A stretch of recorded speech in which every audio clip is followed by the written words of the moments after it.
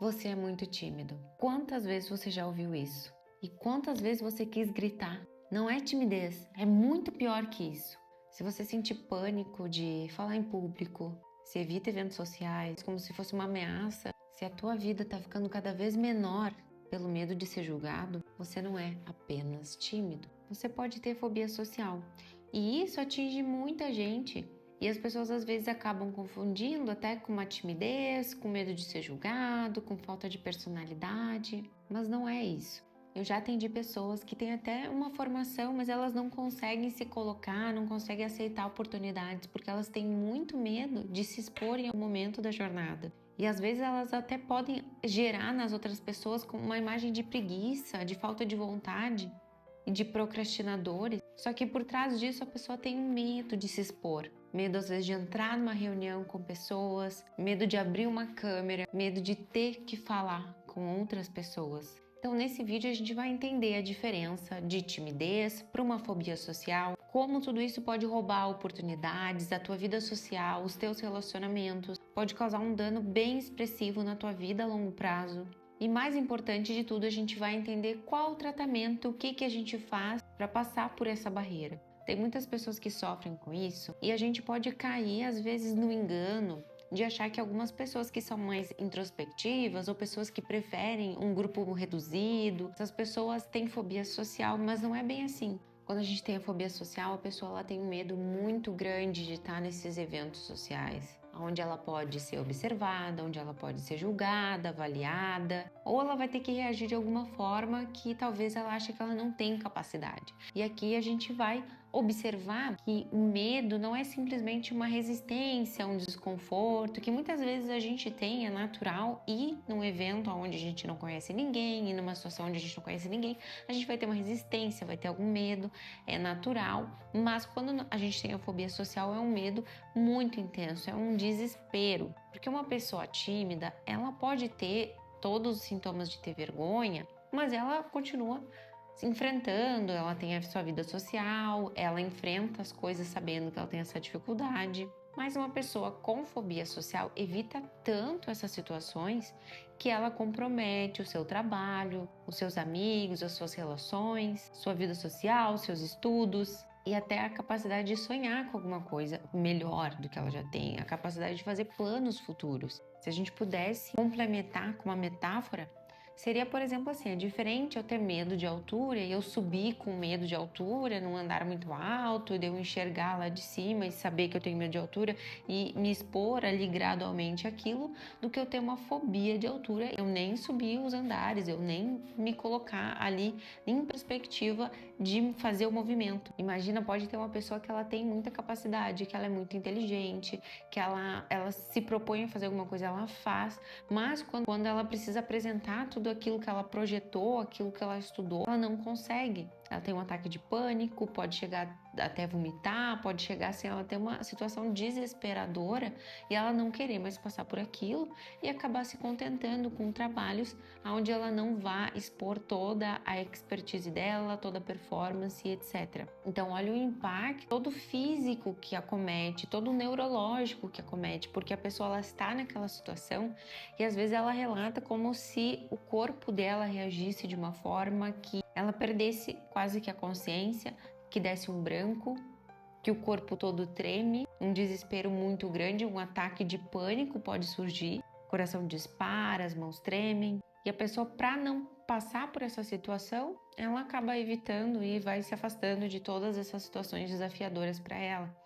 Então existe um componente fisiológico, algo assim do corpo que vai mais até que a própria cognição. A gente tem as cognições ali de medo, mas o sistema todo fisiológico dela está comprometido numa situação dessas. Quando tem essa situação, o sistema neurológico dessa pessoa ativa, né, como se a gente tivesse um perigo iminente. Então a nossa amígdala, o nosso sistema de medo, ele está super reativado, o nosso córtex pré-frontal, ali o nosso modo mais de decisão, de pensamento mais de funções mais executivas, ele se desliga praticamente e a pessoa entra ali no modo de sobrevivência. Então a fobia social é o terceiro transtorno mental mais comum que a gente tem e geralmente ele começa ali na adolescência e ele pode durar a vida inteira, né? Se a gente não tiver tratamento, se a gente não adquirir habilidades para lidar com todos esses sistemas ali ativados. Quanto mais tempo vai demorando para a gente iniciar esse tratamento, mais difícil vai ser fazer essa reorganização cognitiva, essa reestruturação cognitiva, aprender técnicas de relaxamento, de exposição, adquirir todas essas habilidades necessárias para encarar os desafios. Então, por mais que essas pessoas elas até pareçam às vezes mais vulnerável, mais fraca, mais sei lá o que, né? Por ela não estar conseguindo enfrentar aquela situação, ela por muitas vezes ela é bem inteligente, muito observadora, sensível, ela é empática, ela tem um potencial gigante, só que ela tem um sistema nervoso hiperativo que interpreta situações sociais como um perigo.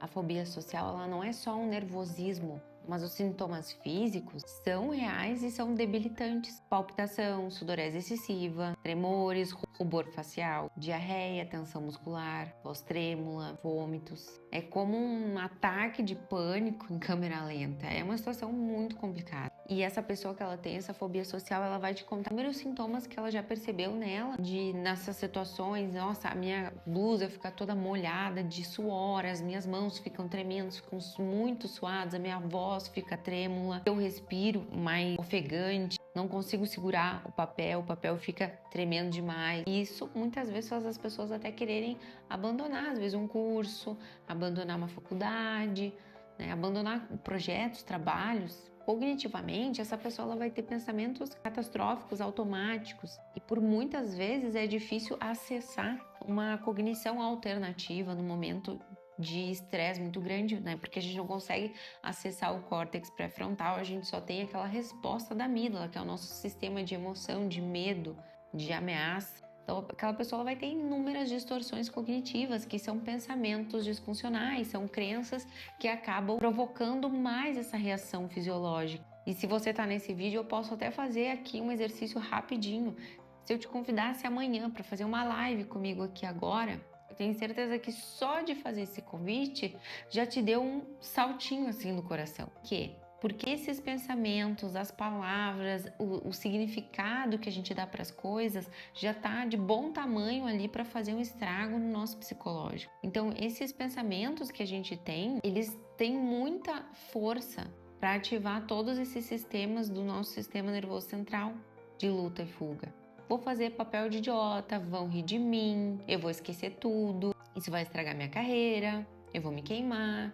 Como é que um profissional não vai conseguir falar em público? Todo mundo vai perceber que eu tô nervoso. Vou travar, não vou conseguir falar. E esses pensamentos, eles não são escolhas, eles são automáticos. E muitas vezes a pessoa até carrega histórias, situações que já aconteceram, que trazem essa lembrança para ela. Vou dar um exemplo meu, que uma vez eu era criança, eu fui fazer uma apresentação de teclado e eu tinha músicas que eu tinha ensaiado. E no dia da apresentação o menino faltou.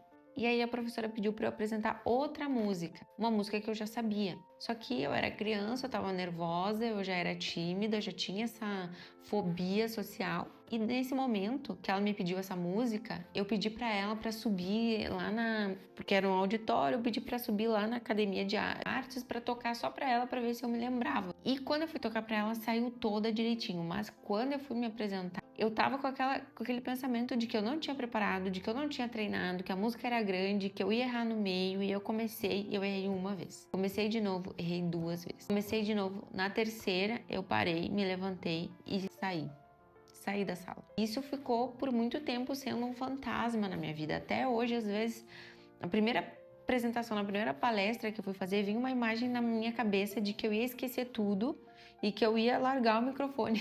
Tipo cena de filme, que eu ia largar o microfone e ia sair. Me vinha uma imagem assim que eu até tentava assim, não pensar, mas parecia que isso ia acontecer. E em muitos momentos da apresentação, parecia que eu ia esquecer tudo. Daí eu olhava para uma pessoa que me dava confiança, com meus colegas de trabalho, respirava e continuava. Mas aquele fantasma me assombrou por muito tempo. Hoje até não me passa isso na cabeça, não vem essa memória. Mas por muito tempo isso foi bem forte. E aí, quando a gente fala de terapia cognitivo-comportamental, a gente tem uma premissa que você vai entender pela história que eu te contei. Que antigamente a gente acreditava, né, que a coisa mais importante num trauma era lembrar o dia que aconteceu. E aí, com a terapia cognitivo-comportamental, a gente criou uma nova premissa mais saudável e mais fácil de ser trabalhada, mais fácil de ser trabalhada. que mais importante que o dia que aconteceu é todos os comportamentos que aquilo foi gerando de evitação que reforçaram ao sintoma que a gente apresenta hoje. Por exemplo, mais importante que esse dia que eu parei a minha música seriam todas as outras atividades que eu comecei a evitar por causa disso. E eu já te conto uma bem grande, que eu tinha uma apresentação para fazer num lugar bem maior. E quando eu fui conhecer o auditório, que eu vi que era imenso, eu saí da aula de piano. Não demorou um mês, eu saí. Eu evitei aquela situação, porque eu fiquei pensando, se eu tiver que me apresentar um dia aqui, eu não quero mais fazer. E eu podia ser uma pessoa que toca piano muito bem hoje em dia, né? Poderia estar envolvida até com uma orquestra, não sei.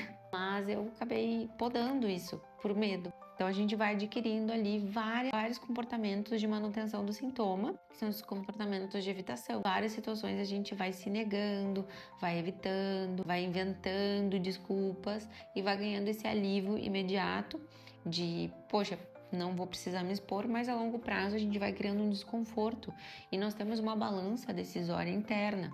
Se eu vejo que me traz mais malefício eu me colocar nessas situações e menos benefícios, então eu não vou me colocar. E aí chega um momento da minha vida que eu começo a enxergar que não me expor está me causando mais malefícios do que benefícios. O meu trabalho está empacado, eu não consigo me expor em reuniões, eu preciso apresentar projetos importantes, estou dando para as outras pessoas coisas que eu estou fazendo ao invés de me expor e ganhar o crédito e conseguir ganhar o meu aumento. Aí eu começo a querer ultrapassar essas barreiras. Mas, obviamente, as consequências são essas, de ter passado muito tempo e aquele medo ter aumentado. E quais os medos mais comuns? É esse medo de falar em público, de se expor, conhecer pessoas novas, ser o centro das atenções. Às vezes também tem comer em público ou beber em público, não saber o que fazer com as mãos, usar banheiro público, falar no telefone na frente dos outros, né? Às vezes gravar um vídeo também na frente dos outros, expressar uma opinião divergente. E aí a gente vai criando comportamentos de segurança, que às vezes é falar baixo, evitar o contato visual, ficar perto de uma saída, usar uma roupa que não chama muita atenção, ensaiar muito as conversas mentalmente. Então depende de pessoa para pessoa, ela vai ter os seus comportamentos de segurança, que são comportamentos que aliviam ela de situações que causavam nela uma tensão. Vamos pensar assim, talvez falar no telefone antigamente para pedir comida gerava ali uma grande tensão para a pessoa não gostava. E aí, com a tecnologia do iFood, melhorou muito a vida dessa pessoa que tinha essa dificuldade. Então, virou um comportamento de segurança para ela. Eu vou falar de um comportamento de segurança para mim que me ajuda em situações sociais, às vezes que eu preciso falar. Antes de começar a falar uma oratória ali, um curso sobre algum tema, eu converso com alguém ali perto, eu converso de assuntos diferentes para eu ir me adaptando, para eu ir flexibilizando, para eu me sentindo mais leve, para começar o assunto.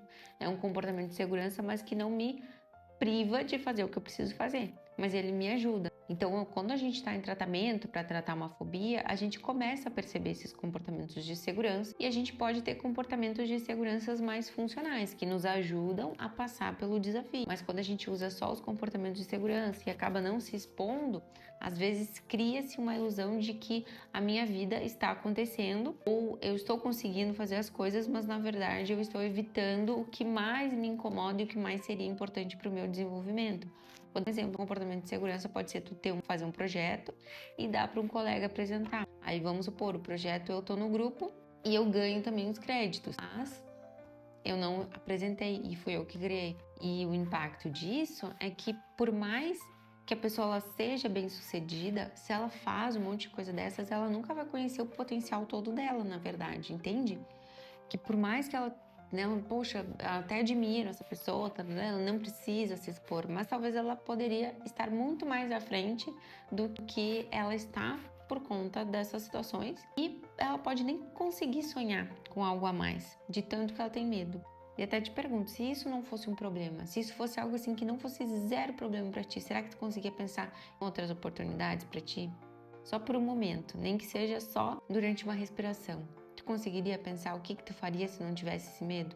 A gente tem um componente genético bem importante e tu há de convir comigo que tem questões ambientais da própria criação, né? Às vezes a gente tem um pai também que é tímido, a gente leva essa timidez. Ou um pai muito podador A gente leva ali um medo de incomodar, medo de causar um desconforto nos outros, de passar vergonha. Pessoas que tiveram pais que fizeram muito bullying, que xingaram muito, até a gente tem aqui um vídeo do esquema de defectividade e vergonha que fala bastante da infância, de pessoas que passaram por isso, o quanto acarreta nesses sentimentos de vergonha. E tem uma parte do nosso temperamento que vem junto na nossa genética. Uma pessoa mais introspectiva, provavelmente um dos pais também é mais introspectivo, daí eles se juntam ali em comportamentos parecidos, e aí vai se gerando essa personalidade, às vezes que não tem um reforço positivo para a pessoa aí se colocar no mundo, se expor, se desafiar.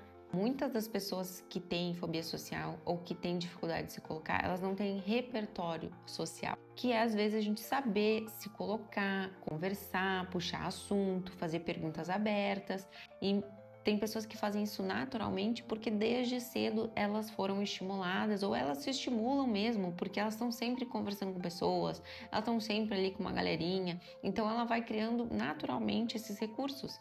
Só que pessoas que foram muito isoladas, ficaram muito tempo sem adquirir esse repertório, elas vão ter que conscientemente criar esse repertório na vida adulta, e a gente faz isso em terapia. Eu fiz isso muito. Quando eu estava na faculdade, eu começava a observar como os meus amigos mais extrovertidos puxavam conversa, conversavam, falavam sobre a vida uns dos outros. Não falavam da vida uns dos outros, mas conversavam sobre a sua vida. E eu comecei a modelar isso porque eu não tinha esse repertório. E a gente vai mantendo esse transtorno com uma sequência de comportamentos. A situação social desengatilha uma ansiedade muito grande. Essa ansiedade faz a pessoa a emitir um comportamento que faz a manutenção do seu sintoma, que busca o alívio momentâneo, ali temporário, que é uma evitação. Isso reforça todo esse sistema. Aí depois disso eu me sinto mal porque eu evitei essa situação, eu sei que para mim não foi positivo. E eu me sinto menos capaz para situações sociais, e aí vem uma situação social, começa uma ansiedade, eu emito esse comportamento, que, enfim, eu fico preso ali nesse sistema. Então, quando a gente trabalha, né, com a terapia cognitivo-comportamental, a gente ataca esse sistema, a gente muda os pensamentos catastróficos, faz uma reestruturação cognitiva das distorções cognitivas, cria pensamentos melhores, faz essa exposição gradual. Também a gente precisa trabalhar o conceito que a pessoa tem dela mesma, a autoestima dela, a confiança dela, buscando lá na infância esse esquema, às vezes, de defectividade, vergonha, essa infância, às vezes, que eu não tive essa orientação, ou eu não tive um ambiente que me proporcionasse os desafios sociais, apoio e suporte para os desafios sociais. Então, a gente também constrói esse tratamento dos esquemas mentais e a construção de habilidades sociais que são extremamente importantes para a gente conseguir efetivamente continuar o tratamento. Eu sei que muitas pessoas pensam que é quase impossível a gente mudar todo esse sistema ou mudar a forma com que a gente enxerga as situações sociais. Mas eu me coloco aqui, exponho a minha história e exponho assim, né, uma pincelada, mas eu te digo que para mim também parecia impossível e que tudo que eu via parecia que não ia dar certo para mim, que é uma distorção cognitiva também. Mas quando eu quis enfrentar isso de verdade, eu fui construindo uma pessoa diferente, eu fui conhecendo uma pessoa diferente, mais autêntica, uma pessoa que consegue se colocar nas situações sociais, consegue rir, consegue ser ela mesma. Não perdi 100% essa resistência dos eventos sociais, mas a coisa se tornou muito mais leve, muito mais fácil. Eu adquiri repertório, habilidades, eu sei fazer esse meio de campo, e isso é libertador.